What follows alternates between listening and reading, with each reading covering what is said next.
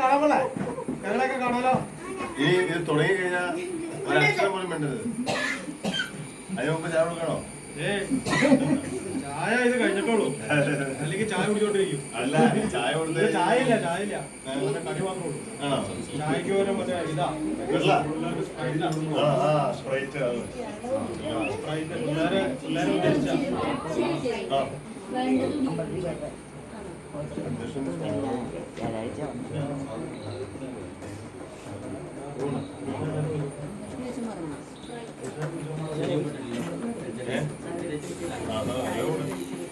സനിയുടെ പിള്ളേരോ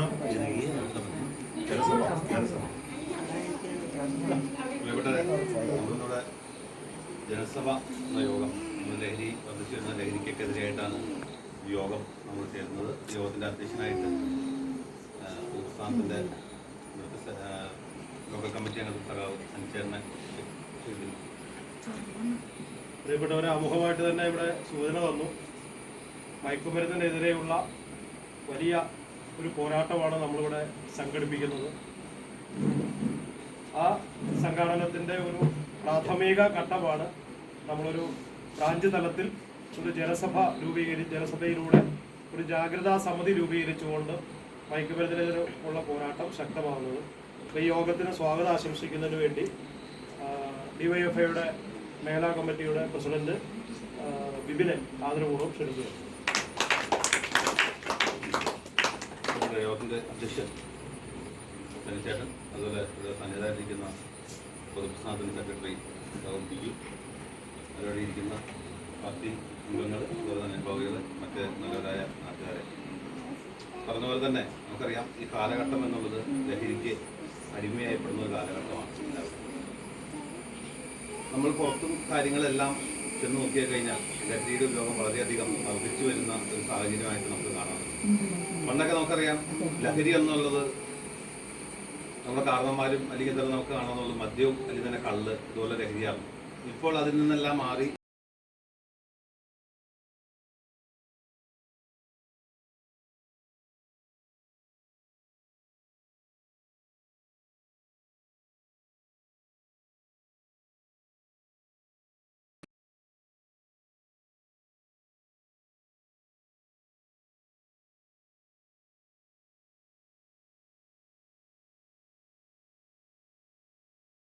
മുന്നിട്ട് ഇറങ്ങിയാൽ മാത്രമാണ് നമുക്കത് അടിച്ചമർത്താൻ സാധിക്കുകയുള്ളൂ. നമുക്കറിയാം പേപ്പറിലും കാര്യങ്ങളെല്ലാം വായിക്കുമ്പോൾ തന്നെ ലഹരിയുടെ ഉപയോഗത്തിന് എന്നും കാണാം. നമുക്ക് MDMA ആയി 3 സംഘത്തിന് 4 സംഘത്തിനെ എല്ലാം പിടിച്ചു. ഇപ്പോൾ കണ്ടുവരുന്നത് അവരുടെ ഇടയിലെല്ലാം ഒരു പെൺകൊച്ച് അല്ലെങ്കിൽ 1-2 പെൺകുട്ടികളടക്കം ആ ഗ്രൂപ്പിൻ്റെ ഇടയിലുണ്ട്. അപ്പോൾ വർദ്ധിച്ചു വരുന്ന സാമ്പത്തികമായ ലാഭം കണ്ടുകൊണ്ടതൊക്കെ തന്നെയാണ് ഈ ലഹരി ഉൾപ്പെടെ ആളുകളിലേക്ക്. നമുക്കറിയാം MDMA പോലുള്ള ലഹരി ഒരു തവണ ഉപയോഗിച്ച് കഴിഞ്ഞാൽ രണ്ടാമതൊരു തവണ വാങ്ങാൻ വേണ്ടി നമ്മൾ എങ്ങനെയും പൈസ എത്തിച്ചുകൊണ്ട് അവരെ അഡിക്ഷനായി കഴിഞ്ഞാൽ ആ സാധനം വാങ്ങുന്ന അവസ്ഥയിലേക്കാണ് വരുന്നത്. അപ്പോൾ അതെല്ലാം തന്നെ മുൻകട്ട് കണ്ടുകൊണ്ട് തന്നെ കുട്ടികളെല്ലാം തന്നെ സ്കൂളിൽ പോകുമ്പോഴും അവരെല്ലാം തന്നെ കാര്യങ്ങളെല്ലാം മാതാപിതാക്കളടക്കം പറഞ്ഞ് മനസ്സിലാക്കിക്കൊണ്ട്, അതായത് പുറത്തുനിന്ന് വരുന്ന ഒരു മിഠായി പോലും ഒരു അപരിചിതരായ ഒരാൾ മിഠായി പോലും വാങ്ങി കഴിക്കാത്ത രീതിയിലെല്ലാം കുട്ടികളെ അടക്കം പറഞ്ഞ് മനസ്സിലാക്കേണ്ട ഒരു സാഹചര്യത്തിലാണ് നമ്മുടെ നാടും നമ്മുടെ നാട്ടുകാരെല്ലാം നീക്കൊണ്ടിരിക്കുന്നത്. അതിനെതിരെ തന്നെ ഒരു ജനകീയ കവചം എന്നുള്ള രീതിയിൽ പാർട്ടി ഈ എറണാകുളം ജില്ലയിൽ വളരെ ഒരു ജനസഭ, അതുപോലെ തന്നെ ഒരു ജനകീയ കൂട്ടായ്മ നടത്തുകയാണ്. അതിൻ്റെ പ്രചരണാർത്ഥമാണ് നമ്മൾ ഈ യോഗം കൂടുന്നത്. അതിനെല്ലാം വിശദവിവരങ്ങൾ ഇവിടെ ഉദ്ഘാടകനായിട്ട് ഇരിക്കുന്ന സഖാവ് പറഞ്ഞു തരും.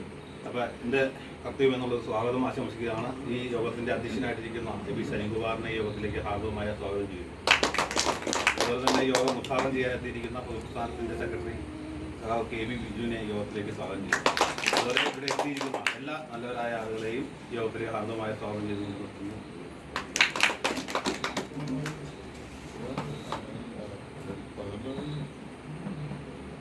പ്രിയപ്പെട്ടവരെ, അധികം ദീർഘിപ്പിക്കുന്നില്ല. അധ്യക്ഷ പ്രസംഗം നടത്തിയതിനു ശേഷം ഉദ്ഘാടകരെ വിളിക്കാം. വേറെ ഒന്നുമല്ല, നമ്മുടെ ഏറ്റവും ഇവിടെ വന്നിരിക്കുന്നത് കുട്ടികളാണ്. ഇവർ സൂചിപ്പിച്ചു മയക്കുമരുന്നിൻ്റെ ഉപയോഗവും അതുപോലെ തന്നെ വ്യാപനവും. ഇതാണ് നമ്മുടെ യഥാർത്ഥ പ്രശ്നം. എങ്ങനെയാണ് നമ്മുടെ കുട്ടികളിലേക്ക് ഈ മയക്കുമരുന്ന് എത്തുന്നത് എന്നുള്ളത് നമ്മളെല്ലാവരും പഠിക്കേണ്ടിയിരിക്കുന്നു. നമ്മളൊരു സാധനം കടയിൽ നിന്ന് പോയി മേടിക്കുമ്പോൾ നമ്മൾ ആ പാക്കറ്റൊക്കെ ഒന്ന് മറച്ചും തിരിച്ചൊക്കെ നോക്കും. മുതിർന്നവർ കുട്ടികൾ ഒരു കടയിൽ പോയി മിഠായി മേടിക്കുമ്പോൾ അതിൽ എന്താണ്, ഇത് കമ്പനി നല്ല കമ്പനിയാണോ, അങ്ങനെയുള്ള കാര്യങ്ങളൊന്നും നമ്മുടെ കൊച്ചുകുട്ടികൾ നോക്കില്ല. അപ്പം ഇതാണ് മറ്റുള്ളവർ ചൂഷണം ചെയ്യുന്നത്. നമ്മുടെ കൂട്ടുകാരാണെന്ന് വിചാരിച്ച് അവരുടെ കയ്യിൽ നിന്ന് നമ്മൾ ഒരു സാധനം, മിഠായി പോലെയുള്ള സാധനങ്ങൾ വാങ്ങിച്ച് കഴിക്കുമ്പോൾ അത് നമ്മുടെ കയ്യിൽ കിട്ടുന്ന, ഇപ്പോൾ നമ്മൾ കാഡ്ബറി അതുപോലെ തന്നെ മറ്റ് പേരുള്ള മിഠായികളെ കുറിച്ചൊക്കെ നിങ്ങൾക്ക് നല്ല ധാരണയുണ്ട്. അതേ നമ്മൾ കഴിക്കാൻ പാടുള്ളൂ. മറ്റ് പേരില്ലാത്ത വെറുതെ വർണ്ണക്കടലാസിൽ ഇങ്ങനെ പൊതിഞ്ഞുണ്ടാവും, നല്ല കളറായിരിക്കും, വയലറ്റ്, പച്ച, പിങ്ക് എന്നൊക്കെ പറഞ്ഞ് നല്ല കളറുകളിൽ ഈ മിഠായി നമ്മളെ പൊതിയും. ഇതൊക്കെ ചെറിയ ഒരു ഡോസാണ് ഇത്. അത് നമ്മൾ കഴിക്കും, ഒരു ദിവസം കഴിക്കും, പ്രശ്നമൊന്നുമില്ല. രണ്ടാമത്തെ ദിവസം കഴിക്കും, അപ്പോഴും കുഴപ്പമൊന്നുമില്ല. ഇത് അടുപ്പിച്ച് 3-4 ദിവസം കഴിച്ച് കഴിയുമ്പോൾ പിന്നീട് നമുക്ക് കുട്ടികളെ സംബന്ധിച്ചിടത്തോളം ഈ മിഠായി കഴിക്കാതെ മുന്നോട്ട് പോകാൻ പറ്റാത്ത അവസ്ഥയാണ്. അപ്പോൾ എന്താ പറയുക, ഇത് തന്ന ആളുകൾ നമ്മളോട് പറയും, ഇനി മിഠായി തരണമെങ്കിൽ എന്ത് തന്നെ, എത്ര 4-5 ദിവസം നിങ്ങൾക്ക് സൗജന്യമായിട്ട് ഈ മിഠായി തന്നു. 5-ാമത്തെ ദിവസം അവർ പറയും ഈ മിഠായിക്ക് പൈസ തരണം. 1 രൂപയും 2 രൂപയും പിടിച്ച് വണ്ടിക്ക് പോകുന്ന കുട്ടികൾ, അല്ലെങ്കിൽ നമുക്കറിയാലോ നമ്മൾ പൈസ കുട്ടികളുടെ കയ്യിൽ അധികം കൊടുക്കില്ല. അങ്ങനെ കൊടുത്താൽ അത് ഇതുപോലെ നശിപ്പിച്ച് കളയുമെന്ന് കരുതികൊണ്ടാണ്. അല്ലാണ്ട് കുട്ടികളോട് സ്നേഹമില്ലാത്തത് കൊണ്ടല്ല നമ്മുടെ കാരണവും അച്ഛനും അമ്മയും ഒക്കെ പൈസ ഏൽപ്പിക്കാത്തത്. എന്തുകൊണ്ടാ? ആ പൈസ നമ്മൾ നമ്മുടെ കയ്യിൽ വെച്ചുകൊണ്ട് പോയാൽ പുറത്ത് ഒത്തിരി കാര്യങ്ങൾ നമുക്ക് വാങ്ങിക്കാൻ കിട്ടും, ഇല്ലേ?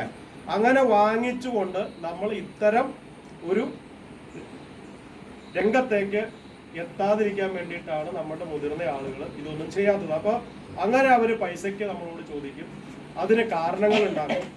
ആ കാരണങ്ങൾ ഉണ്ടാക്കി നമ്മൾ കൊടുക്കാതെ വരുമ്പോൾ നമ്മളിൽ നിന്ന് ചെറിയ മോഷണം തുടങ്ങും. അങ്ങനെ ഗ്രേഡ് കൂടിയാണ് നമ്മൾ അറിയാതെ തന്നെ നമ്മുടെ മക്കള് ഈ മയക്കുമരുന്ന് ഉപയോഗത്തിലേക്ക് വരുന്നത്. അപ്പം നമ്മളെ സംബന്ധിച്ചിടത്തോളം ഇത് വിൽക്കുന്നവരെയും വ്യാപരിക്കുന്നവരെയും ഉപയോഗിക്കുന്നവരെയും നമുക്ക് തടയാൻ കഴിയും. ഉപയോഗിക്കുന്നവരെ ആദ്യം കണ്ടെത്തിക്കൊണ്ട് അത് എങ്ങനെയാണ് കിട്ടുന്നത് എന്നുള്ളത് മനസ്സിലാക്കിക്കൊണ്ട് അവരെയും നമുക്ക് തടുക്കാൻ കഴിയണം. ഇതാണ് നമ്മളുടെ അജണ്ട. എങ്ങനെയാണ് മയക്കുമരുന്ന് വിൽപ്പനയെ തടയാൻ പറ്റുക, ഉപയോഗിക്കുന്നതിനെ എങ്ങനെ നമുക്ക് തടയാൻ പറ്റും? മയക്കുമരുന്ന് ഉപയോഗവും വിൽപ്പനയും ഒരു രോഗാവസ്ഥയാണ്.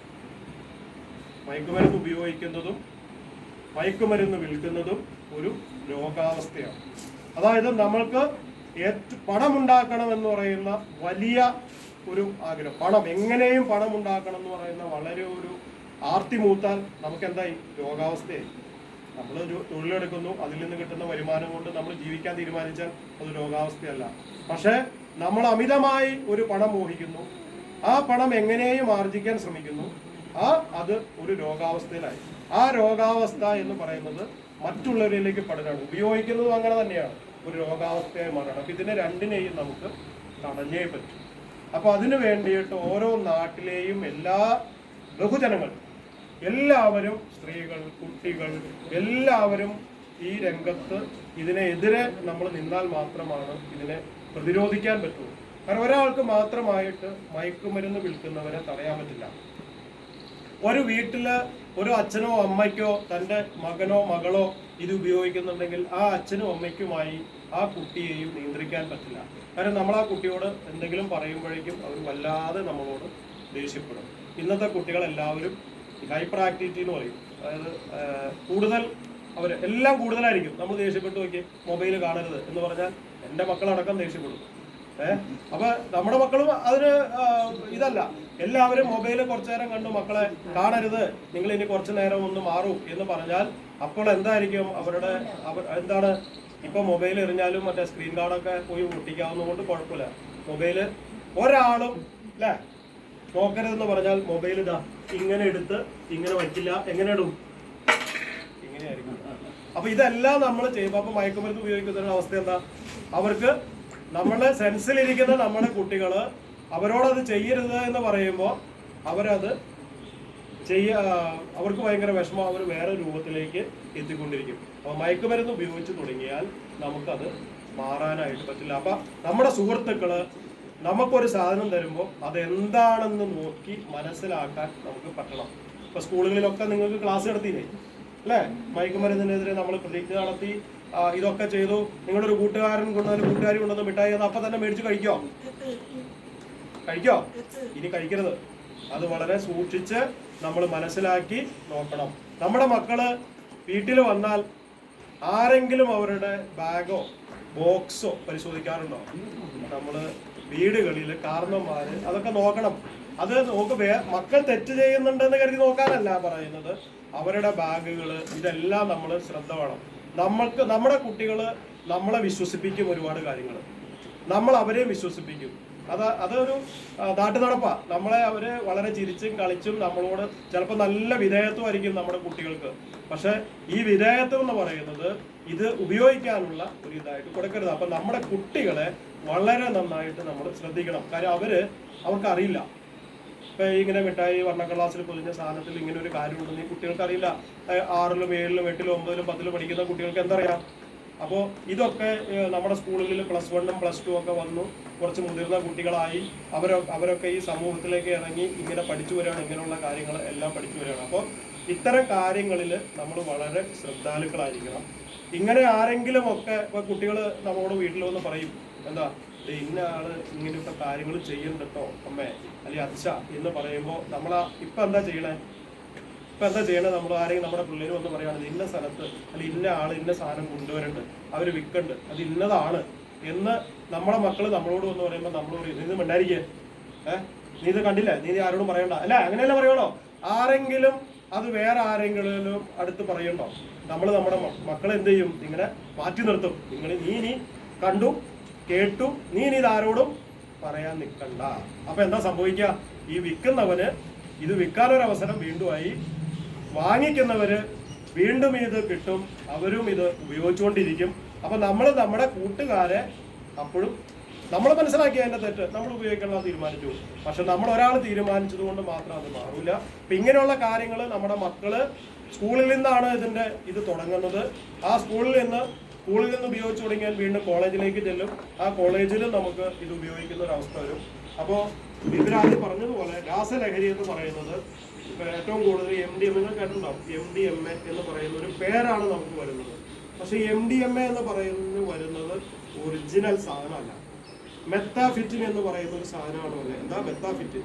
അതെന്ന് പറഞ്ഞാൽ നമ്മുടെ എലിവിഷത്തിലൊക്കെ നമ്മൾ ഉപയോഗിക്കുന്ന രാസവസ്തുവാണ് ഈ മെത്താഫിൻ എന്നത്. ആ സാധനം നമ്മൾ ഉപയോഗിച്ചാൽ ഏറ്റവും ആദ്യം നമ്മുടെ എല്ല്, കിഡ്നി, ലിവർ ഇതൊക്കെയാണ് അടിച്ചു പോകുന്നത്. എലിവിഷം കഴിച്ചാൽ ഏറ്റവും ആദ്യം ബാധിക്കുന്ന ഭാഗങ്ങൾ ഏതൊക്കെയാണ്? നമ്മുടെ കിഡ്നി, ലിവറുമാണ് ഏറ്റവും ആദ്യം അടിച്ചു പോണേ. കാര്യം എലിവിഷം കഴിച്ചാലും വിഷം കഴിച്ചാലും ആദ്യം നമ്മൾ ഡയാലിസിസ് ചെയ്യുന്നത് എന്തുകൊണ്ടാണ്? നമ്മുടെ ലിവറും അതുപോലെ തന്നെ കിഡ്നിയും അടിച്ചു പോകും. അതുപോലെ തന്നെയാണ് ഈ മെറ്റാഫിൻ എന്ന് പറയുന്ന ഐറ്റം നമ്മുടെ ശരീരത്ത് പ്രവേശിച്ചാൽ ഈ സംഭവം ദൂരവ്യാപകമായ പ്രത്യാഘാതം എന്ന് പറഞ്ഞാൽ നമ്മുടെ ശരീരം നശിച്ചു പോകും. ഇത് നമുക്ക് ആദ്യം അറിയാൻ പറ്റാവില്ല. 2ഓ 3ഓ പ്രാവശ്യം ഉപയോഗിച്ചാൽ എല്ല് പൊടിയാവുന്ന അവസ്ഥയിലേക്ക് ഈ സംഭവം വരും. അപ്പോൾ അതുകൊണ്ട് ഏറ്റവും വളരെ കരുതലോടെ നമ്മൾ ഭാവിയിലേക്ക് നോക്കിക്കൊണ്ട് മുന്നോട്ട് പോകാതെ ഭയപ്പെടുത്താൻ വേണ്ടി പറഞ്ഞല്ല, നമ്മൾ സംയമനത്തോടെ കാര്യങ്ങൾ ശ്രദ്ധിക്കുക, കൂട്ടുകെട്ടുകൾ ശ്രദ്ധിക്കുക, കുട്ടികളുടെ ആറ്റിറ്റ്യൂഡുകൾ ശ്രദ്ധിക്കുക. ഇന്ന് വരുന്ന കുട്ടിയാണോ, അവൻ നാളെ വരുമ്പോൾ അവന്റെ ഇതെന്താണ്? നമ്മൾ കുട്ടികളെ അനലൈസ് ചെയ്തുകൊണ്ട് പോകും. നമ്മൾ മക്കളെ ചീത്ത പറഞ്ഞുകൊണ്ട് മാത്രം കാര്യമില്ല. എന്തുകൊണ്ട് അവരങ്ങനെ ആകുന്നു, എന്തുകൊണ്ട് അവരിങ്ങനെ ദേഷ്യം പ്രകടിപ്പിക്കുന്നു? ചില കുട്ടികളുണ്ട് മുടിയാണ് അഴിച്ചിട്ടിരുന്ന് ചിലപ്പോൾ ഒരു കുഴപ്പമുണ്ടാവില്ല, വെറുതെ ഇങ്ങനെ ഇരിക്കും. പക്ഷെ ഇതൊക്കെ ഇതിന്റെ ഒരു ലക്ഷണങ്ങളായിട്ട് നമ്മൾ മനസ്സിലാക്കണം. നമ്മുടെ മക്കളെയൊക്കെ നമ്മൾ നന്നായിട്ട് ശ്രദ്ധിക്കണം. അതുപോലെ തന്നെ മുതിർന്ന ആളുകളോട് പറയാനുള്ളത്, നിങ്ങൾ സമൂഹത്തിൽ ജീവിക്കുമ്പോൾ നിങ്ങൾ കേൾക്കുന്ന ഇത്തരം വാർത്തകൾ എവിടെയെങ്കിലും വിൽപ്പനയെ കുറിച്ചോ അല്ലെങ്കിൽ ഉപയോഗിക്കുന്നവരെ നമുക്ക് ആ രോഗാവസ്ഥയിൽ നിന്ന് അറിഞ്ഞു കഴിഞ്ഞാൽ പെട്ടെന്ന് മാറ്റിയെടുക്കാനുള്ള സംവിധാനങ്ങളുണ്ട്. അപ്പോൾ സർക്കാർ തലത്തിൽ ഇതിനെ വളരെ ശക്തമായി തന്നെ നമ്മൾ കൊണ്ടുപോകുന്നു. അതുപോലെ തന്നെ നമുക്കറിയാം, ഇവിടെ ഒരാൾക്ക് മാത്രമായിട്ട് ഇതിനെ നമുക്ക് എതിർത്ത് മുന്നോട്ട് കൊണ്ടുപോകാൻ പറ്റില്ല. കൂട്ടായി നിന്നുകൊണ്ട് മാത്രമേ ഇത്തരം സംഘങ്ങളെ നമുക്ക് അമർച്ച ചെയ്യാൻ പറ്റുള്ളൂ. നമ്മുടെ ഒപ്പം നിൽക്കുന്നവർ തന്നെയാണ് വിൽപ്പനക്കാരെന്ന് നമ്മൾ തിരിച്ചറിയണം. നമ്മളെ ഏറ്റവും വിനയത്തോടെ നമ്മളെ നോക്കി ചിരിക്കുന്നവരാണ് ഇതിന്റെ വിൽപ്പനക്കാരെന്നുള്ളത് നമ്മൾ മനസ്സിലാക്കണം. അപ്പൊ അവര് വിനയത്തോടെ ചിരിക്കുന്നത് കൊണ്ടോ അവർ നമ്മളോട് സ്നേഹത്തോടെ പെരുമാറുന്നത് കൊണ്ടോ അവരോട് നമ്മൾ ക്ഷമിച്ചാൽ ഈ സമൂഹം ഭാവിയിൽ നശിക്കും എന്നുള്ളത് നമ്മൾ മനസ്സിലാക്കുക. അങ്ങനെ വിനയാന്വിതരായി നമ്മളോട് ചിരിച്ചു കാണിച്ച് ഈ മയക്കുമരുന്ന് വിൽക്കുന്നവരെ നമുക്ക് ചൂണ്ടിക്കാണിച്ചേ പറ്റൂ, അവരെ തിരുത്തിയേ പറ്റൂ. അത് നമ്മൾ ഈ സമൂഹത്തിന് നൽകുന്ന ഒരു വലിയ കാര്യമാണെന്ന് മനസ്സിലാക്കിക്കൊണ്ട് പ്രവർത്തിക്കാൻ എല്ലാവർക്കും കഴിയണമെന്ന് മാത്രം പറഞ്ഞുകൊണ്ട് ഇതിന്റെ ഉദ്ഘാടനത്തിന് വേണ്ടിയിട്ട് നമ്മുടെ ലോക്കൽ കമ്മിറ്റിയുടെ സെക്രട്ടറി ആയിട്ടുള്ള കെ വി ബിജുവിനെ ആദരപൂർവ്വം ക്ഷണിക്കുക.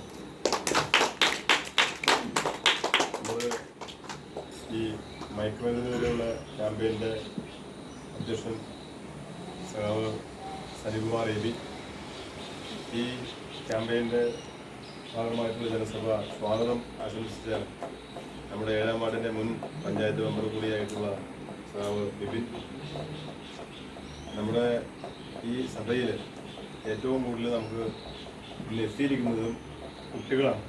നമ്മൾ പ്രതീക്ഷിച്ചത് സ്ത്രീകളെയും കുട്ടികളെയും ആണ് കൂടുതലും ഇവിടെ വരണം എന്ന് വിചാരിച്ച് നമ്മൾ ഓരോ പ്രദേശത്തും നമ്മുടെ പാർട്ടിയുടെ നേതാക്കന്മാർ എല്ലാവരും വീടുകളിൽ കയറി ഈ ക്യാമ്പയിൻ നമ്മളെല്ലാ സ്ഥലത്തും ഒരു ലഘുലേഖ കൊടുത്തിരുന്നു.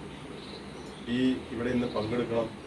നമ്മുടെ ഇവിടെ മാത്രമല്ല, പാർട്ടി ജില്ലാ കമ്മിറ്റി തീരുമാനിച്ച് പെരുമ്പാവൂർ നമ്മുടെ മാവിൻചോട് മുതൽ റോട്ടറി ക്ലബ്ബ് വരെയുള്ള ഭാഗത്ത് മനുഷ്യക്കോട്ട നിർമ്മിക്കാനാണ് തീരുമാനിച്ചത്. ഈ വിപത്തിനെതിരെ വളരെയധികം കൃത്യമായിട്ട് തന്നെ ഇപ്പോൾ സ്വാഗത പ്രാസംഗികനും അധ്യക്ഷ പ്രസംഗം നടത്തിയ സഹാക്കളും കൃത്യമായിട്ട് തന്നെ പറഞ്ഞു. മയക്കുമരുന്ന് എന്ന് പറയുന്നത് നമ്മൾ ഒക്കെ അനുഭവിച്ചുകൊണ്ടിരിക്കുന്നതാണ്. എല്ലാവരും ഭൂരിപക്ഷം ആളുകളും മയക്കുമരുന്ന് സ്വന്തം വീട്ടിൽ ആരും ഉപയോഗിച്ചിട്ടില്ലെങ്കിലും മറ്റുള്ളവരിൽ നിന്ന് ഇതിൻ്റെ ബുദ്ധിമുട്ടുകൾ ധാരാളം അനുഭവിച്ചവരാണ് ഏറ്റവും കൂടുതൽ. ഇപ്പോൾ ഇവിടെ ഇരിക്കുന്ന മുതിർന്ന ആളുകൾക്കറിയാം അതിൻ്റെ ഏറ്റവും കൂടുതൽ ബുദ്ധിമുട്ട് അനുഭവിച്ചാണ് ഞങ്ങളുടെ കുടുംബം എന്ന് പറയുന്നത്. എന്നുവെച്ചാൽ തൊട്ടപ്പുറത്ത് ചാരായ ഷാപ്പ്. മയക്കുമരുന്ന് അല്ല ഉറങ്ങണമെങ്കിലും എൻ്റെ കുഞ്ഞുനാളിൽ ഈ ചാരായ ഷാപ്പിൽ അവിടെ ഉണ്ടാവുന്ന തെറികളും ഈ അവിടെ ഉണ്ടാവുന്ന തമ്മിത്തല്ലുകളും എന്ന് പറയുന്നത് അതിക്രൂരായിട്ടാണ്. അതായത് കഴുക്കൂലിന്റെ പുറത്തിലാണ് അടിച്ച് തല പൊളിക്കണതും ഈ പറഞ്ഞ കാര്യങ്ങൾ കാണുന്നത്. അപ്പൊ ഇത് നമ്മുടെ ചെറുപ്പത്തിലെ തന്നെ കാണുമ്പോൾ, ഇപ്പൊ നമ്മുടെ കൊച്ചു കുട്ടി ചെറുപ്പത്തിൽ തന്നെ ഇത് കണ്ടു കഴിയുമ്പോൾ ഒന്നീ ഒരു അക്രമവാസനയുള്ള ആളായി മാറും എല്ലാവരും. പിന്നെ പഠിത്തത്തില് ശ്രദ്ധിക്കാനേ പറ്റില്ല. എന്നുവെച്ചാൽ നമ്മുടെ ഈ റോഡ് സൈഡിൽ ജീവിക്കുന്ന അല്ലെങ്കിൽ ഒരു ടൗണിന്റെ ഭാഗത്ത് ജീവിക്കുന്ന ഭൂരിഭാഗം ആളുകളുടെയും അവസ്ഥ തന്നെയാണ്. ഇപ്പൊ നമ്മുടെ ഒരു ഇതല്ല, ഇപ്പൊ നമ്മൾ നേരിട്ട് അനുഭവിക്കുന്നുണ്ട് നമുക്കിത്. അതുപോലെ തന്നെ ഒരു രണ്ട് ബസ് സ്റ്റോപ്പാണ് നമ്മുടെ തുരുത്തിയിലുള്ളത്. 2 ബസ് സ്റ്റോപ്പ്. അവിടെ യാത്രക്കാരായിട്ട് വന്നിരിക്കുന്ന ആർക്കെങ്കിലും അവിടെ കയറി ഇരിക്കാൻ പറ്റുമോ? പറ്റുമോ? ഇത് അപ്പൊ ഇത് സൂചിപ്പിക്കുന്നത് അവരുടെ തന്നെ പെങ്ങന്മാരാണ് നമ്മള്. അവിടെ ഇരിക്കുന്ന ആളുകളുടെ പെങ്ങന്മാരും അല്ലെങ്കിൽ മറ്റേ ഭാര്യ കുട്ടികള് ഉള്ള ആൾക്കാരൊക്കെയാണ് അവിടെ ഇരിക്കാൻ കഴിയാത്തത്. അവിടെ ഇരുന്നിട്ട് കൃത്യമായി പറയുന്ന വാക്കുകൾ ഇതെല്ലാം നമ്മൾ ഇനി ഇത് നിർത്തേണ്ടിയിരിക്കുന്നു. അതിക്രമിച്ചു കഴിഞ്ഞു. ഇനി ഈ വിപത്തിനെതിരെയുള്ളത് ഇനി നമ്മൾ പ്രതികരണം നന്നായി ഉണ്ടെങ്കിൽ മാത്രമേ ഇത് അവസാനിപ്പിക്കാൻ കഴിയുള്ളൂ. ഇത് ഒരു കുടുംബത്തിനെ മാത്രമല്ല, ഇപ്പൊ ഇവിടെ ഇരിക്കുന്ന തന്നെ ശരിക്ക് ബുദ്ധിമുട്ട് അനുഭവിക്കുന്ന ഒരു കുടുംബത്തിലെ ഒരു ഗൃഹനാഥൻ ഇന്നിപ്പോ ഇവിടെ ഇരിപ്പുണ്ട്. ഏറ്റവും കൂടുതൽ ഇന്ന് ബുദ്ധിമുട്ട് അനുഭവിക്കണേ 13 പ്രാവശ്യമാണ് അയാളെ പിടിക്കാനുള്ള പരിപാടി പ്ലാൻ ചെയ്തത്. 13 പ്രാവശ്യം വീണ്ടും വന്നുകൊണ്ടിരിക്കുക. ഇതുപോലെ തന്നെ ഈ മയക്കുമരുന്നിനുള്ള ക്യാമ്പയിനുകളിൽ നിരന്തരം ആളുകൾ നമ്മൾ വിളിച്ചുകൊണ്ടിരിക്കണം. ഇത് ബുദ്ധിമുട്ട് അനുഭവിക്കുന്ന ആളുകൾ അവരെ പോക്സോ കേസിലും നിരവധിയായിട്ടുള്ള മറ്റേ കാപ്പ കേസും ചുമത്തി പുറത്തേക്ക് എടുത്തിട്ട് ആദ്യം നമ്മളെ വിളിക്കുന്നത് വെല്ലുവിളിക്കുകയാണ്. ഇത് ഇറങ്ങി കഴിഞ്ഞ് വരുമ്പോ നിങ്ങളുടെ തവിട് പൊടിയാകുന്നതുകൊണ്ട് എങ്ങനെ നമ്മൾ ഈ വിപത്തിനെ നമ്മൾ കൃത്യമായി നേരിട്ടേ പറ്റൂ. അതിന് ഏറ്റവും കൂടുതൽ ഇതിൽ അണിനിരക്കേണ്ടതും സ്ത്രീകളും കുട്ടികളുമാണ്. ഈ വിപത്തിൽ ഏറ്റവും കൂടുതൽ അണിനിരക്കേണ്ട സ്ത്രീകളും കുട്ടികളാണ് നമ്മൾ വിചാരിച്ചത്. സ്ത്രീകളും കുട്ടികളും കൃത്യമായി ഈ ക്യാമ്പയിനുകളിൽ വന്നം. ഇത് ഈ മനുഷ്യക്കൂട്ട കഴിഞ്ഞു. ഇത് നമ്മൾ അവസാനിപ്പിക്കാനല്ല തീരുമാനിച്ചത്. മനുഷ്യക്കൂട്ട കഴിഞ്ഞു, നമ്മൾ ഈ പരിപാടി അവസാനിപ്പിച്ചു ഇല്ല. ഇതൊരു സംസ്ഥാന കമ്മിറ്റി തീരുമാനിച്ചത് ഇത് തുടർ പ്രക്രിയയായിട്ട് മുന്നോട്ട് പോകണമെന്നുള്ളതാണ്. ഇതിനൊരു അജണ്ടയുണ്ട്. അജണ്ട എന്ന് പറയുന്നത് ഇത് ഇന്ത്യയിൽ ഉൽപ്പാദിപ്പിക്കുന്നതും ഇന്ത്യയിൽ നിന്ന് പുറത്തുള്ള രാജ്യങ്ങളിൽ ഇന്ത്യയിലേക്ക് വരുന്നതും ഇന്ത്യയിൽ തന്നെ കേരളത്തിൽ ഇപ്പം നമ്മൾ നിൽക്കുന്ന കേരളത്തിലേക്ക് വരുന്നതും മറ്റുള്ള ഏറ്റവും കൂടുതൽ ഇന്ത്യയിൽ ഇത് വരുന്നത് ഗുജറാത്തിൽ നിന്നാണ്. ഏറ്റവും കൂടുതൽ ഇത് കേസ് പിടിച്ചേക്കുന്നത്, ഏറ്റവും കൂടുതൽ പൈസ ഇത് പിടിച്ചേക്കുന്നത് ഈ ഹാഷിഷും മറ്റുള്ള സാധനങ്ങളെല്ലാം ഏറ്റവും കൂടുതൽ 1700 കോടി രൂപയാണ്. കേരളത്തിൽ ഏറ്റവും കൂടുതൽ പിടിച്ചേക്കുന്നത് 100 കോടി രൂപ അടുത്താണ്. ഇന്ത്യയില് കേരളത്തിൽ മാത്രമേ ഇതിന് ശിക്ഷ വാങ്ങി കൊടുക്കുന്നുള്ളൂ. ഇപ്പൊ നമ്മൾ പിടിക്കാൻ നോക്കണ്ടല്ലോ. അപ്പൊ നമ്മൾ ഓരോരുത്തരെയും അമിതമായി മദ്യം വെക്കുന്ന അതിനെ നമ്മൾ പിടിപ്പിക്കുന്നുണ്ട്. അവരെ പിടിച്ചു കഴിഞ്ഞാൽ 3 ലിറ്റർ ശേഷമുള്ള സാധനത്തിന് മാത്രം പിടിച്ചാലാണ് അവരെ ഒരു റിമാൻഡ് ചെയ്യാനുള്ള ഇതുള്ളൂ, അവകാശമുള്ളൂ. അല്ല, ഈ നിയമപ്രകാരം കേസെടുക്കാനുള്ള അവകാശമുള്ളൂ. പക്ഷെ ഇവര് ബുദ്ധിമാന്മാരായവര് ഒന്നീ 2 ലിറ്റർ 2 ലിറ്റർ 1 ലിറ്റർ ഇതൊക്കെയാണ് കൈവശം വെച്ചുകൊണ്ടിരുന്ന വിൽപ്പന നടത്തുന്നത്. ഇത് നമ്മുടെ ഈ സമൂഹത്തിൽ എന്തോരം വിഷമങ്ങൾ ഉണ്ടാക്കുകയാണ്. മറ്റുള്ള ആളുകളുടെ വീടുകളിലേക്ക് പോകുമ്പോൾ ഇവ 4 മണിക്ക് തുടങ്ങുകയാണ്. അപ്പൊ നമ്മുടെ തുരുത്തി പ്രദേശം, ഈ തുരുത്തി പ്രദേശം മാത്രമല്ല, മുളക്കുഴ പഞ്ചായത്തിന്, നമ്മൾ അധിവസിക്കുന്ന മുളക്കുഴ പഞ്ചായത്തിന്റെ മേഖലകളിൽ ഇത് ഇല്ലാത്ത സ്ഥലമില്ല. ഇപ്പൊ ഇതുപോലൊരു ജനസഭ ഞങ്ങള് ചേർന്ന് നമ്മുടെ ചുണ്ടുകുഴി ചേർന്നിരിക്കുമ്പോൾ അവിടുത്തെ വേസ്റ്റ് ഷെഡിൽ പബ്ലിക്കായിട്ട് ഇത് കുടിക്കുകയാണ്. ഇത് അവസാനിപ്പിക്കേണ്ട സമയം കഴിഞ്ഞു. ഇനി അങ്ങനെ നമ്മുടെ നിരന്തരമായിട്ടുള്ള, ഇപ്പൊ കരിമങ്ങാലയുടെ ബിൽഡിംഗ് കഴിഞ്ഞ് കഴിഞ്ഞപ്പോ അത് പൊളിച്ചു കളഞ്ഞു കഴിഞ്ഞപ്പോ വേറൊരു സ്ഥലത്തേക്ക് ചേക്കറാണ്. ഇത് നമ്മൾ അവസാനിപ്പിച്ചേ പറ്റൂ. അവസാനിപ്പിച്ചേ പറ്റൂ എന്ന് പറയുന്നത് അതിലെ സ്ത്രീകൾക്കും കുട്ടികൾക്കും നന്നായി ഇതില് ഇനി മദ്യപാനത്തിന്റെ ഒരു രീതി എന്ന് പറയുന്നത് നമുക്ക് മനസ്സിലാക്കാം. ഏത് ആ മദ്യപിച്ച് കഴിഞ്ഞാൽ അതിന്റെ സ്മെല്ല് ചെയ്ത് മനസ്സിലാക്കാം. പക്ഷെ ഏറ്റവും വലിയ ഈ മയക്കുമരുന്ന് എന്നുള്ള വിപത്തിനെതിരെ നമ്മുടെ പോരാട്ടം. എന്നെ കാരണം വെച്ചാൽ മദ്യത്തിന്റെ എന്ന് പറഞ്ഞാൽ നമ്മൾ കുറച്ച് കുടിച്ചു, അതല്ലെങ്കിൽ അത് അവിടെ അവസാനിപ്പിച്ചു. ഇതങ്ങനെയല്ല. ഒരു പ്രാവശ്യം നമ്മൾ ഉപയോഗിച്ചാൽ, ഇപ്പൊ പറഞ്ഞു, അത് ജീവിതകാലം അവനിനി മാറ്റാൻ കഴിയില്ലായിരുന്നു. എന്നുവെച്ചാൽ ഇപ്പൊ ഈ കഴിഞ്ഞ ദിവസത്തെ പത്രത്തിലെ വാർത്തയാ, 34 വയസ്സുള്ള ഒരു മകൻ അമ്മയുടെ 2 കൈയും തല്ലി പിടിച്ചു. മദ്യം മേടിക്കാനുള്ള പൈസ വെച്ചിട്ടാ. അപ്പൊ ഇതെല്ലാം ഇത്ര നാൾ നമ്മുടെ വീടിന്റെ പുറത്താണ്. ഇപ്പൊ നമ്മുടെ വീടിന്റെ അകത്തേക്ക് ഇറങ്ങിക്കൊണ്ടിരിക്കുക. നമ്മുടെ കുട്ടികളായിട്ടുള്ള രൂപത്തില് എല്ലാം. ഇത് അവസാനിപ്പിക്കണമെങ്കിൽ നമ്മൾ മുന്നിട്ടിറങ്ങണം. നമ്മൾ തുറന്നു പറയണം. ഇപ്പൊ സനി പറഞ്ഞില്ലേ, അതായത് നോ പറയണം. അതായത് ഇനി ഞങ്ങൾക്ക് ഇവിടെ ഇരിക്കാനുള്ള സ്ഥലമാണ്. ഒരാൾ പ്രതികരിച്ചാൽ മതി. പ്രതികരിക്കാനില്ലാത്താണ് പ്രശ്നം. ഒരാൾ പ്രതികരിച്ചാൽ മതി. ഇപ്പൊ ഈ ഗ്രാമസഭയിൽ തന്നെ നമ്മൾ പറഞ്ഞു, ഇത് ഇങ്ങനെ മുന്നോട്ട് പോകാൻ കഴിയില്ല. ഈ പ്രദേശത്ത് നമ്മുടെ തന്നെ ആളുകളല്ലേ വന്നിരിക്കണേ എന്ന് പറഞ്ഞു. അപ്പൊ തന്നെ നമ്മുടെ പഞ്ചായത്ത് പ്രസിഡന്റ് അവിടെ തൊട്ടടുത്ത് വന്ന് പറഞ്ഞ വാക്കെന്നാ വെച്ചാൽ, ഇത് നിങ്ങളുടെ ലോക്കൽ സെക്രട്ടറി ഇവിടെ വന്ന് ഗ്രാമസഭയിൽ പറഞ്ഞു, നിങ്ങൾ എത്ര പെട്ടെന്ന് പൊക്കാനാ പറഞ്ഞു. അപ്പൊ ഇതെന്നെ നമ്മൾ കേൾക്കണ ആരാ? നമ്മുടെ തന്നെ സഹോദരിമാരല്ലേ ഇത് കേൾക്കണത്. ഈ തെറി അവിടെ നിന്ന് പറഞ്ഞത് നമ്മുടെ ആളുകളല്ലേ കേൾക്കണേ. അതില് രാഷ്ട്രീയം ഉണ്ടോ? മയക്കുമരുന്നിനോ മദ്യപാനത്തിനോ മറ്റുള്ളതിനോ രാഷ്ട്രീയമില്ല. മയക്കുമരുന്നിന്റെ ഉപയോഗം അമിതമായി വർദ്ധിച്ചിരിക്കുന്നു. കേരളത്തില് അമിതമായി ഇതിന്റെ ഉപയോഗം വർദ്ധിച്ചിരിക്കുന്നു. ഇതിനെ അമർച്ച ചെയ്യേണ്ട സമയം അതിക്രമിച്ചു. അമർച്ച ചെയ്യണമെങ്കിൽ നമ്മൾ ഒറ്റക്കെട്ടായിട്ട് നിൽക്കണം. അതിന്റെ പ്രാരംഭ പ്രവൃത്തിയപ്പോൾ നമ്മൾ ഈ 10-ാം തീയതി എല്ലാവരും പങ്കെടുപ്പിക്കണം. നമ്മുടെ തുരുത്തി പ്രദേശത്തുള്ള മുഴുവൻ ആളുകളും ഇതിൽ ഭാഗവാക്കാവണം. ഒരു സുപ്രഭാതത്തിൽ ഇത് അവസാനിക്കില്ല. അങ്ങനെ അവസാനിക്കുന്ന കരുതൽ നമ്മൾ ചെയ്യരുത്. എന്നുവെച്ചാൽ ഇവർ കൃത്യമായിട്ടുള്ള സാമ്പത്തികം തന്നെ അതിന്റെ പിന്നിലുള്ള ശക്തി. സാമ്പത്തിക ശക്തികളാണ് ഇതിന്റെ പിന്നിലുള്ളത്. നമ്മളോട് പറയും ഒറ്റ കൊടുക്കണം, നമ്മുടെ തൊട്ടടുത്തുള്ള ആളായിരിക്കും. നമ്മളോടൊരു കാര്യം പറയും. അങ്ങനെ നിരന്തരം നമ്മൾ ഇതിനെ എങ്ങനെ പ്രതിരോധിക്കണോ, നമ്മൾ രണ്ടും മുറിഞ്ഞ് ഇറങ്ങാതെ ഇത് അവസാനിക്കില്ല. എന്താ കാര്യം? നമ്മുടെ കുട്ടികളിലേക്ക് പോവാതെ. നമ്മളൊരു കുട്ടീനെ കല്യാണം കഴിച്ചു കൊടുക്കണം. ഇതിന്റെ ഉപയോഗമുള്ള ഒരാളുടെ വീട്ടിലേക്കാണ് ചെന്ന് കയറണമെങ്കിൽ എന്തായിരിക്കും അവസ്ഥ? നമ്മുടെ മാനസികാവസ്ഥ എന്തായിരിക്കും? അപ്പൊ ഇതുവരെ നമുക്ക് മറ്റുള്ളവരുടെ വീടുകളിൽ കിടന്ന് കാണിക്കുന്നത് കാണുമ്പോൾ നമുക്ക് അത്രയും കുഴപ്പമുണ്ടാവില്ല. അവനവന് വരുമ്പോഴാണ് ഇതിന്റെ ഏറ്റവും വലിയ പ്രത്യേകത നമ്മൾ അനുഭവിക്കുന്നത്. ഇത് അമർച്ച ചെയ്യാൻ, നമ്മളിത് ശരിക്കും നന്നായി ആളുകളിലേക്ക് എത്തിക്കാൻ, അതിനാണ് ഇപ്പൊ നമ്മൾ നോട്ടീസ് കൊടുത്ത് ചെയ്ത് കഴിഞ്ഞാൽ നമുക്കിത് അറിയാൻ പാടാത്ത ആൾക്കാരായിട്ടല്ല. പക്ഷെ നമ്മളിത് തുടർന്ന് പറഞ്ഞുകൊണ്ടിരിക്കണം. നമ്മളിത് ചർച്ച ചെയ്യേണ്ടെന്നും ഇതിനെ പ്രതിരോധിക്കേണ്ടെന്ന് അറിയുമ്പോൾ തന്നെ നിർത്തും. അത് ഒരു കാരണവശാലും ആ കാര്യത്തില്ല. നമ്മളിതിനെ ചോദ്യം ചെയ്യുമ്പോൾ, നമ്മൾ ഭയമില്ലാതെ ഇതിനെ ചോദ്യം ചെയ്യാൻ തീരുമാനിച്ചാൽ അവിടെ നിൽക്കുന്നത്. ഇവിടെ ഉടക്കാൻ പറ്റില്ല, ഇവിടെ ഇങ്ങനെയുള്ള വിൽപ്പന നടക്കില്ല എന്ന് പറഞ്ഞാൽ അവിടെ തീരാവുന്ന പ്രശ്നമുള്ളൂ. അതുപോലെ നമ്മളിത് ചെയ്യുന്നില്ലെങ്കിൽ നമ്മുടെ കുട്ടികൾ ഇത് ചെയ്യോ? ഒരാള് മാത്രം വിചാരിക്കേണ്ട കാര്യമല്ല ഇത്. നമ്മളിത് നേരെ നോ പറഞ്ഞാൽ നമുക്ക് ശേഷം നമ്മുടെ ഈ കുട്ടികൾ ഇത് എങ്ങനെ പ്രതികരിക്കണമെങ്കിൽ നമ്മൾ ആദ്യം പ്രതികരിക്കണം. ഇത് നമ്മൾ തുമ്പും പാലും ഇല്ലാത്ത രീതിയിൽ സംസാരിച്ചിട്ട് കാര്യമില്ല. നമ്മൾ പറയുന്നത് എന്താണോ അത് നമ്മൾ പ്രവർത്തിക്കാൻ പഠിക്കണം.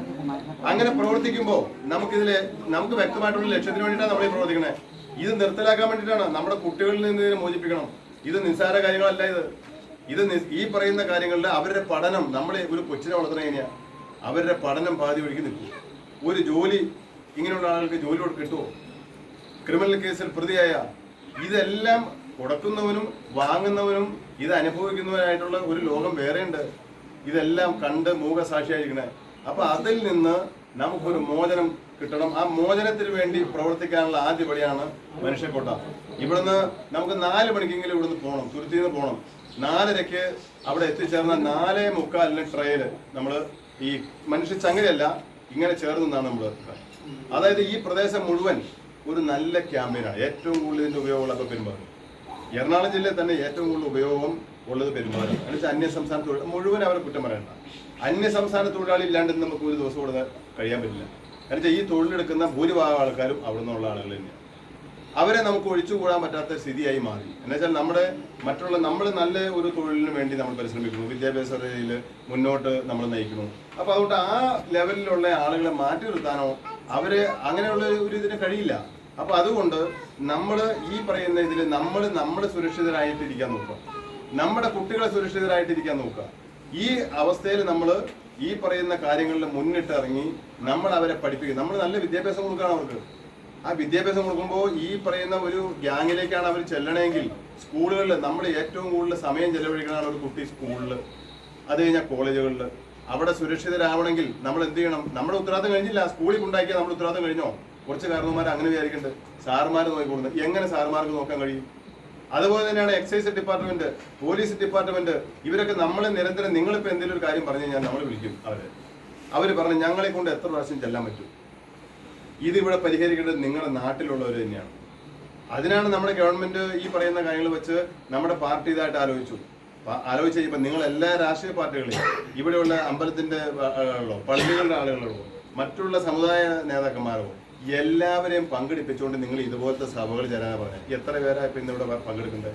നമ്മുടെ ഈ തുരുത്തിലുള്ള പ്രദേശത്തുള്ള എല്ലാവരും പങ്കെടുക്കുകയാണെങ്കിൽ എങ്ങനെയായിരിക്കും ഇത്?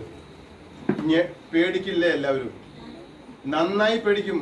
ഇപ്പൊ ഈ ക്യാമ്പയിൻ കഴിയുമ്പോൾ നല്ലൊരു പേടി വരും. പിന്നെ നമ്മൾ പ്രതികരിക്കാൻ തുടങ്ങിയാൽ അതിനേക്കാൾ നമ്മൾ പേടിയായി. ഇത് നടക്കൂല, നടത്തിക്കില്ല എന്ന് നമ്മൾ തീരുമാനിച്ചുറച്ചാൽ അങ്ങനെയല്ലേ നമ്മൾ ഓരോ കാര്യങ്ങൾ ചെയ്യണേ. നമ്മൾ ഇന്നിവിടെ കാണുന്ന നമ്മുടെ ഈ കേരളത്തിലുണ്ടായ അഭിവൃദ്ധി എല്ലാം നമ്മൾ നേടിയെടുത്തതാണ്. ഒരു തർക്കകാര്യത്തിൽ വേണ്ട.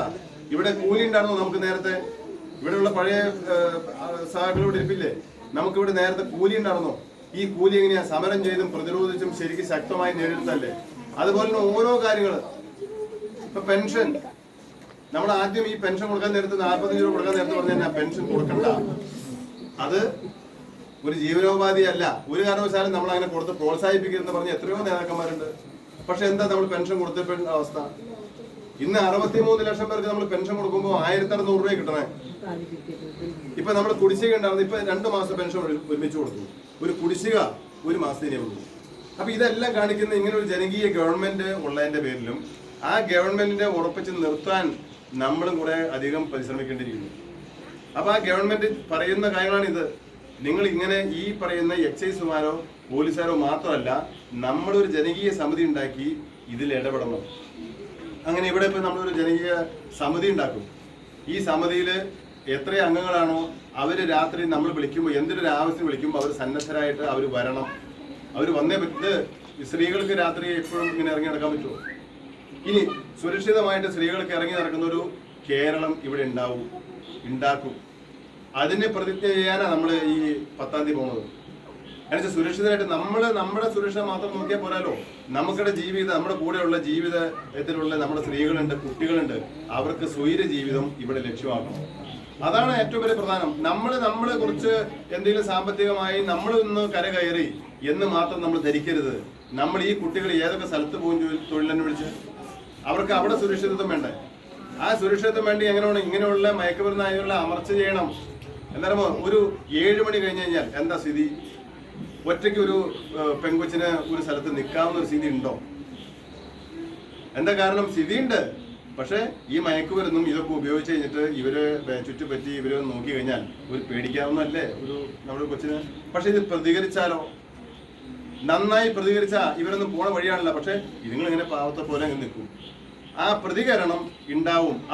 അതിന് കൂടെ നമ്മളുണ്ടെന്നുള്ള സന്ദേശം കൊടുക്കാനാണ് നമ്മൾ ഈ സഭ വിളിക്കുന്നത്. എന്ത് തന്നെ വന്നാൽ പോലും നമ്മൾ അതിനെ പ്രതിരോധിക്കും. എന്നുള്ളതിന്റെ ഉത്തമ ഉദാഹരണമാണ്. എന്തൊക്കെ ഉദാഹരണമുണ്ടെന്ന് അറിയാമോ? ഒരുപാട് ഉദാഹരണങ്ങളുണ്ട്. ഇങ്ങനെയുള്ള ആൾക്കാരുടെ കൂടെ നമ്മൾ ഉറപ്പായിട്ടുണ്ട്. പല കുടുംബത്തിലും ഇതുണ്ട്. നമ്മൾ വിളിക്കുന്നു, നമ്മളോട് ചെല്ലുന്നു. എല്ലാവരും അവരൊക്കെ ഇന്ന് ഓരോ തരത്തിലെ കേസിൽ ഇപ്പൊ ഇവിടെ തന്നെ എത്ര കേസുകളുണ്ടായി. ഈ തുരുത്തി തന്നെ ഓരോ ബോംബ് പൊട്ടിച്ച ഓരോ കേസുകൾ, എത്ര കേസുകളുണ്ടായി. ഇന്ന് അവരൊക്കെ ഈ ലോക്കപ്പിന്റെ ഉള്ളിലാ. ഒരു തർക്കക്കാര്യത്തിൽ വേണ്ട, നമ്മൾ ഇറങ്ങി തിരിച്ചാൽ അവിടെ ഇതൊക്കെ അഴിക്കുള്ളിലാവും. അപ്പൊ ആ ചിന്ത നമ്മളിൽ സ്വയം രൂപപ്പെട്ടു. നമ്മൾ ആത്മാർത്ഥമായി ഇതിലേക്ക് ഇറങ്ങണം. നമ്മൾ സത്യസന്ധമായ ഒരു തീരുമാനത്തിലേക്ക് എത്തണം. ഇത് നമ്മുടെ കുടുംബത്തിനും കൂടി വേണ്ടിയിട്ടാണ് എന്നുള്ള നിലയ്ക്ക് നമ്മൾ പോകുമ്പോൾ ഇത് കൃത്യമായി അമർച്ച ചെയ്യാനും അതിനേക്കായി ഉപരി ഒരു സമാധാനാന്തരീക്ഷം വേണ്ടേ നമ്മുടെ നാട്ടില്. നമ്മുടെ നാട്ടിലൊരു സമാധാനത്തോട് ജീവിക്കണമെങ്കിൽ ഇങ്ങനെയുള്ള കുറച്ച് കാര്യങ്ങൾ ഇല്ലായ്മ ഉണ്ടാവണം. അത് നമുക്ക് നമ്മുടെ വീട് സുരക്ഷിതമാണെന്ന് മാത്രം പറഞ്ഞിട്ടില്ല. നമ്മുടെ തൊട്ടപ്പുറത്തെ വീട്ടിൽ ഇതിന്റെ ഒരു ലഹരി വിൽപ്പനയും മറ്റുള്ള കാര്യങ്ങളൊക്കെ ആയി കഴിഞ്ഞാൽ നമുക്ക് സ്വസ്ഥമായിട്ടോ എത്ര കുടുംബങ്ങളാണ് നമ്മൾ വിളിക്കുന്നത്. പാതിരാത്രിക്ക് എത്ര കുടുംബങ്ങൾ നമ്മൾ വിളിക്കുന്നുണ്ട്. അപ്പൊ അതെല്ലാം ഇവിടെ പറയാൻ നമ്മൾ ഉദ്ദേശിക്കുന്നില്ല. എന്ന് വെച്ചാൽ അതൊക്കെ നമ്മൾ അവരൊരു പേഴ്സണൽ ആയിട്ടുള്ള കാര്യങ്ങളൊക്കെ അത് ഇല്ലായ്മ ചെയ്യണമെങ്കിൽ നമുക്ക് ഇത് ഇങ്ങനെയുള്ള രീതിയിൽ പ്രതിരോധിച്ചേ പറ്റൂ. ഇതിന്റെ ഒരു അവബോധം സാഹകൾ പറഞ്ഞ മാതിരി എല്ലാവരിലേക്കും നമ്മൾ എത്തിക്കണം. അത് നമ്മൾ വിചാരിച്ചാൽ മാത്രം കഴിയില്ല. ഒരാൾ വിചാരിച്ചാൽ മാത്രം കഴിയില്ല. അപ്പൊ സാധിച്ച